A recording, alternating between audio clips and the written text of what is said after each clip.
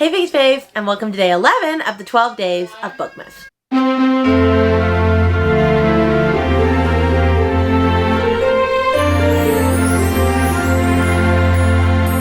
For those that aren't new around here, the name's Rainy. I read all different types of books from all different types of genres, so if you're interested in that, please like and subscribe down to my channel down below. It really helps my channel grow. And I apologize in advance if you hear babies running around, moving. It's dinner time. It's always very hectic in the household, but this is the time that I had to film this, so this is what we're going with. In today's video, we are continuing our series of end of the year, like best books, worst books, all those types of things. And today we are doing most surprising books of 2023. So I already did my most disappointing read. So if you missed that, then go click on video number 10. I have the entire Bookmas video playlist down below. You can click any days that you've missed. But in order for a book to get on the most surprising list, it has to be a book that I went in either not expecting to love, or I just didn't really have an opinion on it, and it kind of knocked my socks off, and pretty much all of these books either got a 4 or a 5 star, and I was very, very impressed by them. Only 1 or 2 of them probably also be on my best books of the year, but I figured since they surprised me, they should be on this list as well. So just buckle up. I have about, I think, 14 books to share with you, and let's see which books were my most surprising of this year. So these books are in no particular order. They're just in the order like that I'm staring at my list. And the first one is The Naturals by Jennifer Lynn Barnes. So I started this series this year. This is the same author that wrote The Inheritance Games, and my friends, and I saw a bunch of people recommending this, especially Destiny from Destiny Sidwell, and so I decided to try book 1 out. And this one is about Cassie Hobbs, and it's basically an FBI society for like 17 and 18-year-olds that have like very specific jobs. Like Cassie's very good at reading people, telling you who you are and what you want, and like another person is good at like data and stuff like that. And they are finding, basically they are trying to solve a murder, a cold case, and the killer is coming back like at large to stop them from finding it out. And so I actually really enjoyed this. I believe I gave this a 4 or a 4.5 star. I had a lot of fun time with this. I thought it was super easy. It was like a popcorn like YA thriller to read. So I definitely do want to continue on with the rest of this series, but I very much enjoyed this. And I've heard that a lot of people say that this is actually better than The Inheritance Games, and I've had no desire to pick that up. But I really liked this one. The next one we have on this list, I was very surprised at because I hated the last 2 books of his that I read, and I basically was going to make or break with this author depending on how this book went. And it went very well because I gave it a 5 stars, and that is The Only One Left by Riley Sager. Now this is his gothic thriller that came out mid-July, and I loved this. I ate it up. It was just everything I wanted and more. I know everybody complains that it's twist after twist after twist, but the twists were just twisting and they were vibing. They were doing what they needed to do for me. They were, okay, they were doing great. So anyway, this one, basically about this family murder, and one of the family members goes down with like being in charge of having done all the murders. And then they're old, they're getting taken care of, and this one woman comes to take over the caretaking, and then some stuff starts coming up from basically the past, like about the murder, and like the truth is starting to come to light, and a lot of stuff happens on this little castle mansion up on this hill. And when I tell you, I just had so much fun with this book. Like, I really did. I read it so quick. I enjoyed it way better than Survive the Night, way better than The House Across the Lake. Like, Mr. Riley did what he came to do with this book. And I know a lot of people don't like how it ended, but you know what? It was good. I will say the final twist was just kind of aggravating because it's like, really, like, I don't know if I really believe that. But everything else did not foresee coming. So I had the best time with this book. The next book is a romance that I actually just read, and I was not expecting to love it because I didn't love Twisted Love by this author, but then again, I've heard the rest of the Twisted series is really good, and so I should have continued on, and I will, but I had no desire to do it soon. And I only read this book because I needed to read King of Pride for the Goodreads Romance Choice Awards, and so this is King of Wrath by Anna Huang, and I actually just finished this like literally yesterday, and I 5-starred this. This was fabulous. So this is a billionaire romance. It is about Dante and Vivian, and basically they have to have an arranged marriage, and there's some reason why that this is happening. Like the families are like arranging for Dante, this billionaire CEO, to marry Vivian, which is a jewelry heiress. And basically it's their relationship of them finally actually falling in love with each other, but like there's mafia stuff going on, there's mystery, there's suspense, there's romance, there's action. Dante is just honestly a big snuggly bear underneath all of it, is what I've come to know.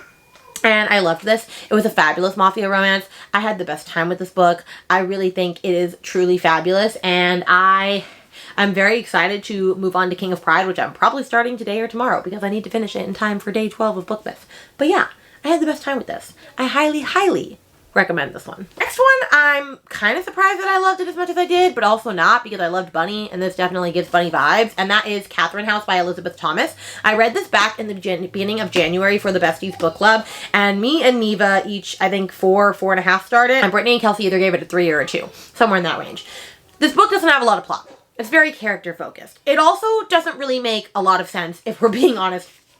This is a dark academia book about this school where you basically devote your lives to it for 3 years, but you can't have any access with the outside world, like no communication with anyone from your family or friends or anything for 3 years, and then you graduate and you're like this big, like higher up echelon in society. But the main character, it basically follows her journey through the 3 years, and when I say that shit gets weird the further in you get into this book, it does.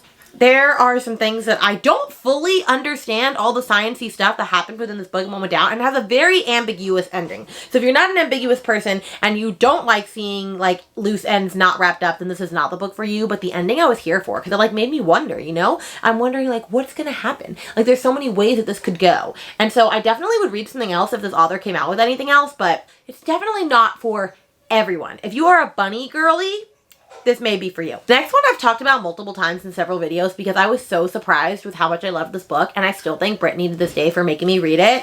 And it was House of Hollow by Crystal Sutherland. And initially I gave it a 4.5 star, but I've literally thought about this book like all the time since I read it, and I'm honestly probably bumping it up to a 5 star.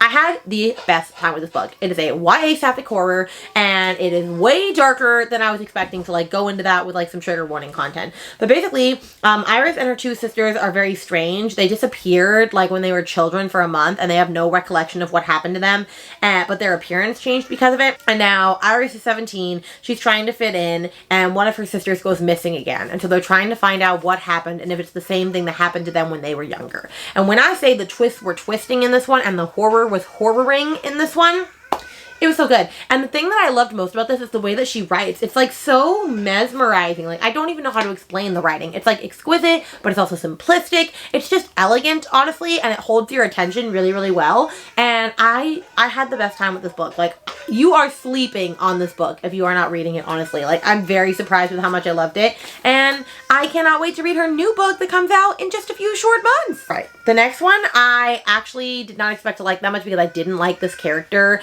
in Malibu Rising, so I thought I wasn't going to like this book, and that is Carrie Soto is Back by Taylor Jenkins Reid. So this is a tennis book, and I thought it was going to be all about tennis. I had heard stuff that like because she's not a Hispanic author that she shouldn't have been writing from like a Hispanic perspective. I don't agree with that. I think she did fine representation for what it is. But I actually really loved this book. I gave it a 4.5 star because I think they did a really good balance of like talking about tennis, because it is important. It focuses on her getting back her tennis career, and also like not found family, but also family and relationships, and just everything else was interweaved so beautifully. I didn't think it talked too much tennis. I think it talked the perfect amount. I had a really great time with this. I really, really enjoyed this, if I remember correctly. And so, I mean, I love everything that Taylor Jenkins writes. Like, she's a forever favorite author of mine, but I was honestly pleasantly surprised with how much I enjoyed this one. This one is higher up in my ratings because I like this more than Malibu Rising, but I also just could not stand her in that. But this, I'm so happy to say, was a success. Next one is one that I actually read at the very beginning of the year for my local book club, and I was kind of bored with it in the beginning, and I almost DNF'd it, and I'm so glad that I didn't because the end was so magical, and that is Migrations by Charlotte McConaughey. So this is like an Arctic, migration type literary fic about this girl named Franny who is going to Greenland to find the world's last flock of Arctic terns and track their final migrations. But this is also a story that touches on grief, and it touches on a lot of things that happened in Franny's life and why she's gotten to where she is. And so you find out a lot of her backstory along the way. And this book was beautiful. It was really gripping. Like I said, it handled topics of grief really, really well, and loss. And I had such a good time with this book. I'm so glad I read all the way through to the end. It was very sad, but it makes you think a lot. And I will say not all of it was interesting. Like obviously when we talked a lot more about the sciencey like Arctic tern stuff of it all, like I kind of like faded out for that.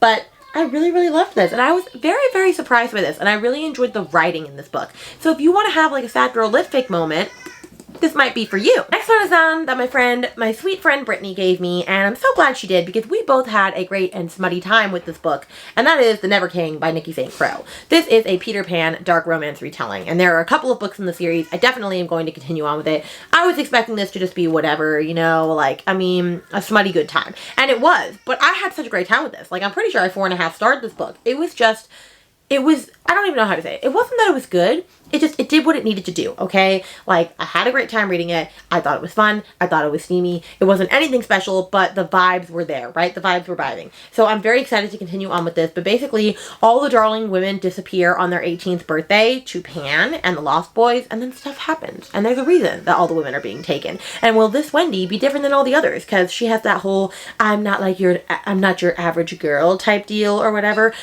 which that was a little frustrating, but very much enjoyed this. So if you're looking for a good, smutty, all smut, no thoughts time, this is the book for you. Next one, I honestly didn't think I was going to like that much because it's a middle grade, but everyone that reads it, 4 or 5 stars it, and I just wasn't understanding why, and I understand the hype now. I truly do. And that is Amari and the Night Brothers by B.B. Alston. This book is so good. It is magical. It's just a fun time, and I cannot wait to read book number 2. But this one is all about Amari Peters.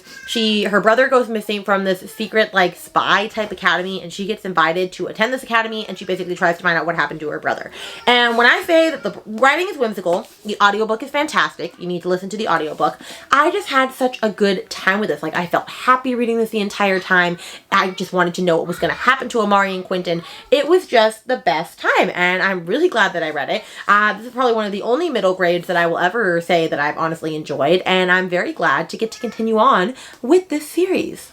The next one is a book that I honestly had not heard a lot of people talking about, but I kind of had great hope for it because I love evil kid stories, and this one just knocked it out of the park for me, and that is Baby Teeth by Zoya Stage. I gave this 4.5 stars only because the ending fell a little lackluster for me, but this one was really good. The reason that I liked this evil kid story better than others is because you actually had a perspective from the evil child, which none of the other evil children books do. They always have it from, like, the parents' perspective, like, hello, I want to know the inside thoughts of the little mastermind in all of it. It was seriously so good. I was just eating it up, okay? And I really loved getting to know her thoughts. It really made you realize, like, oh, like, no, this child is truly evil. Like, she's actually evil. Like, there are some messed up stuff going on about her, you know?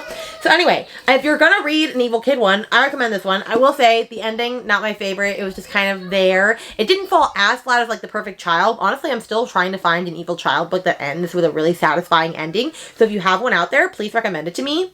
But this one, don't sleep on this one either. Okay, so the next book is one that I had really no expectations going in because, like, I had heard of this thriller out there before, but I wasn't really sure if I was going to love it or not. And then Haley Hughes said that her books are, like, really, really bingeable and, like, easy to read. And I absolutely loved the way that this person writes. And that is The Soulmate by Sally Hepworth. I had the best time with this book. Is this book the best thriller ever written? No. Did a lot go on in this? No. Honestly, I just love the way that she writes. And I love the way that I don't know, I just loved everything about it. Like, this was one of these books that I read it and I went, oh, this writing is, like, exactly for me. It had a weird premise. There's a weird twist in it that you're either gonna like or you're gonna hate, but the way that she writes is really, really good, and it's bingeable. It's like a popcorn thriller, essentially. And so I think it's a really great start for someone that doesn't know what thrillers to read to, like, get themselves into the genre. But I cannot wait to read more of what she writes.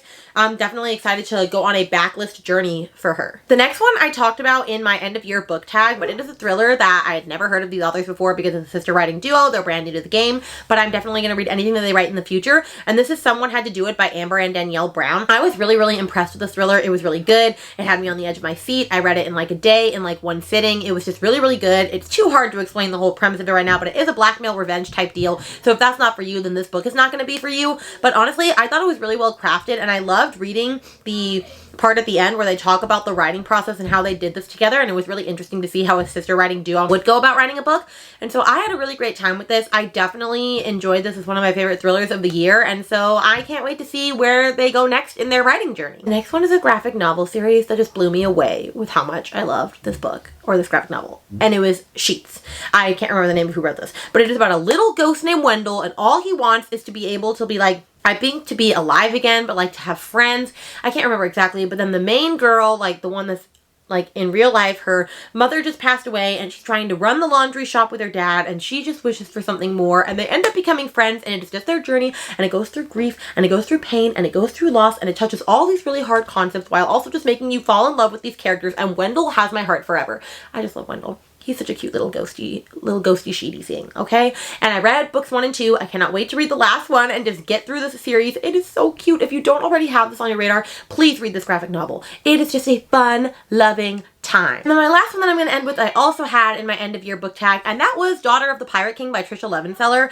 I was not expecting to love this book as much as I did. I thought it was just going to be a run-of-the-mill YA pirate romance fantasy, and while it was a little bit more than that, because I honestly really enjoyed it. I found myself laughing out loud during this. I had the best time reading this. Like, I just remember being happy to read this and happy to pick it back up. So I'm pretty sure I gave it 4.5 stars, and I cannot wait to read Daughter of the Pirate Queen, which is the sequel, and then I think there's one more book, and they came out really beautifully now, like the reprints of them. But it was such a fun time. I'm so glad I read this for the Once Upon a Readathon, the pirate team. I highly recommend if you're looking for like a fun YA piratey, like 7 Seas type book. This is the one for you. I loved the romance in this. I loved the banter in this, the writing in this. I just loved everything about this. And yeah, I was honestly pretty surprised that I enjoyed it as much as I did. So those are my most surprising reads of 2023. Like I said, some of these I was really shocked that I enjoyed because I just wasn't expecting to do so. And I love when a book can do that and surprise me in a way that I wasn't prepared for. So if you got to the end of this, put a shocked emoji and let me know your most surprising read of 2023. What is the book that just came out from like nowhere and punched you in the face basically and said, wow, you're gonna love me? And you did. Let me know. But with that, I will see you guys in another video very, very soon. Bye!